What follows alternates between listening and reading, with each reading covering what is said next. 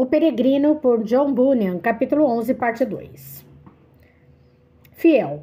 Não o reconheci de início, mas vi as cicatrizes em suas mãos e no flanco e concluí que era nosso Senhor. Então pus-me de pé e subi o resto da encosta. Cristão. O homem que o golpeou era Moisés. Ele não poupa ninguém e tampouco sabe demonstrar misericórdia para com aqueles que violam a sua lei. Fiel. Eu bem sei, não foi a primeira vez que me encontrei com ele. Foi ele quem me procurou quando eu ainda morava na segurança do lar e me disse que queimaria minha casa sobre a minha cabeça se eu lá permanecesse. Cristão. Mas você viu a casa que fica lá no cume do morro, do lado em que Moisés o alcançou? Fiel. Vi, e vi também os leões antes de chegar até lá. Quanto a eles, acho que estavam dormindo, pois era por volta do meio-dia, e como ainda tinha boa parte do dia pela frente, passei pelo porteiro e desci o morro. Cristão. Ele de fato me disse que o viu passar, mas que pena que você não visitou a casa, pois eles lhe teriam mostrado tantas raridades das quais você dificilmente se esqueceria até o dia de sua morte. Mas diga-me, encontrou alguém lá no Vale da Humildade? Fiel. Sim, encontrei um certo descontente que quis convencer-me a voltar com ele. Disse ele que o vale não tinha uma gota sequer de honra e que passar ali era desobedecer a todos os meus amigos. Orgulho, arrogância, presunção, glória secular e outros que, segundo ele, ficariam muitíssimos ofendidos se eu fosse estúpido a ponto de atravessar aquele vale. Cristão. Bom, e o que você lhe respondeu? Fiel. Eu disse que, embora todos esses que ele mencionara pudessem até alegar parentesco comigo e com razão, pois de fato eram meus parentes segundo a carne, eles tinham me rejeitado desde que me tornara peregrino, assim como eu também os rejeitava. Portanto, eles para mim eram como se jamais tivessem sido do meu sangue. Quanto ao vale, disse-lhe ainda que ele tinha dado um panorama bastante enganador da coisa, pois diante da honra vai a humildade e a altivez de espírito precede a queda. Leia Provérbios, capítulo 16, capítulo 18 e capítulo 18, versículo 12. Por isso eu disse que preferia atravessar o vale rumo à honra, que os mais sábios tanto valorizam, a escolher aquilo que ele estimava mais digno do nosso afeto. Cristão. Não encontrou mais nada naquele vale? Fiel. Encontrei ainda vergonha. De todos os homens que encontrei em minha peregrinação, ele, eu acho, tem o nome errado. Os outros até se continham diante de alguma argumentação ou outra coisa qualquer. Mas esse vergonha, cínico que era, simplesmente não parava de falar. Cristão. É mesmo? E o que ele lhe falou? Fiel. Ora, argumentou contra a própria religião. Disse que para o homem era lamentável, vil e desprezível preocupar-se com religião.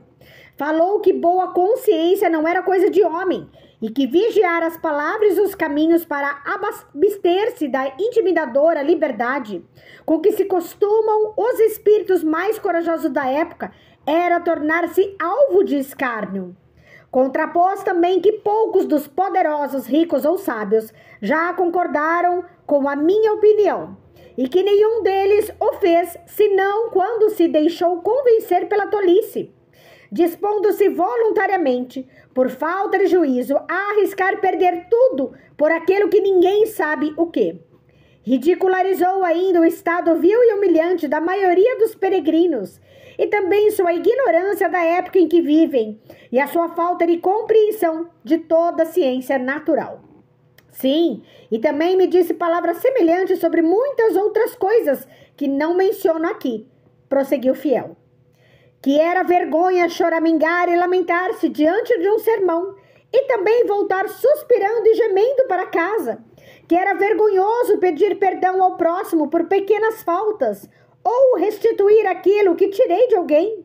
Disse ainda que a religião faz o homem estranho aos nobres por uns poucos vícios, aos quais ele deu nomes mais distintos. E o faz honrar e respeitar os desprezíveis, por causa da mesma fraternidade religiosa. E não é isso uma vergonha? Perguntou ele. Cristão. E o que lhe respondeu? Fiel. O que lhe respondi? Por um momento fiquei sem saber o que dizer.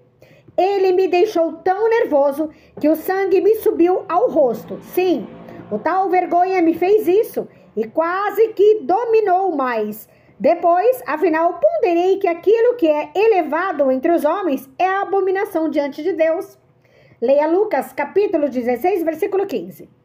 E refleti novamente. O tal vergonha me diz que são os homens, mas nada fala sobre quem é Deus e o que é a sua palavra. Ponderei ainda, no dia do juízo, não seremos condenados à morte ou à vida conforme os espíritos intimidadores do mundo, mas conforme a sabedoria e a lei do Altíssimo. Portanto, pensei, o que Deus diz é melhor, embora todos os homens do mundo lhe sejam contrários. Vendo então que Deus prefere a sua religião e a boa consciência, vendo que aqueles que se fazem loucos pelo reino dos céus são os mais sábios e que o pobre que ama a Cristo é mais rico do que o maior dentre os homens que o odeiam, mandei vergonha embora. Disse-lhe, tu és inimigo da minha salvação. Deve então dar-lhe guarida contra a vontade do meu Senhor soberano? Como então poderia eu olhar nos olhos dele quando da sua vinda? Se agora me envergonho de seus caminhos e servos, como posso esperar a bênção? Esse tal vergonha, porém, era de fato um vilão audacioso.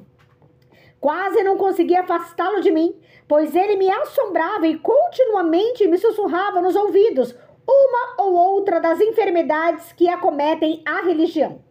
Por fim, eu lhe disse que em vão tentava me convencer, pois as coisas que ele desdenhava, nelas eu via a maior glória. E assim, finalmente, livrei-me desse importuno.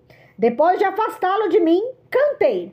As provações que vêm ao homem leal, obediente ao chamado celestial, são variadas e à carne adequadas e voltam sempre renovadas. Tanto que agora, ou quem sabe lá no futuro, talvez sejamos vencidos ou expulsos no duro. Ah, que os peregrinos estejam atentos então, e a si mesmo renunciem os homens que são. Cristão, veja com alegria, meu irmão, que você resistiu a esse vilão com muita coragem. Pois dentre todos, como você já disse, acho que ele tem o nome errado. Ele é atrevido a ponto de nos seguir pelas ruas, tentando nos cobrir de vergonha perante todos os homens, ou seja, nos deixar envergonhados do que é bom. Não fosse ele audacioso, jamais tentaria fazer o que faz. Portanto, devemos resistir a ele. Afinal, não obstante todas as suas intimidações, ele exalta os loucos e ninguém mais. Os sábios herdarão a glória, disse Salomão, mas a vergonha será a exaltação dos loucos. Leia Provérbios, capítulo 3, versículo 35. Fiel. Acho que devemos clamar auxílio contra a vergonha àquele que nos quer valentes pela verdade na terra. Cristão, você está certo, mas não encontrou ninguém mais naquele vale? Fiel, não, eu não, pois o sol me acompanhou durante todo o resto da travessia desse vale, como também o vale da sombra da morte. Cristão, que ótimo então. Para mim as coisas se deram de outro modo. Logo que entrei naquele vale, tive por longo tempo um terrível combate contra um demônio horrendo chamado Apolion. Cheguei mesmo a pensar que ele me mataria, especialmente quando me derrubou e me esmagou contra o chão, querendo despedaçar-me, pois quando me atingia, a espada me voou da mão. Ele já tinha como certa a minha morte. No entanto, clamei a Deus, que me ouviu e me libertou de todas as minhas aflições.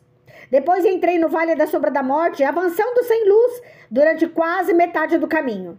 Pensei diversas vezes que ali morreria, mas afinal o dia rompeu, o sol surgiu e então o resto do caminho foi muito mais fácil e tranquilo.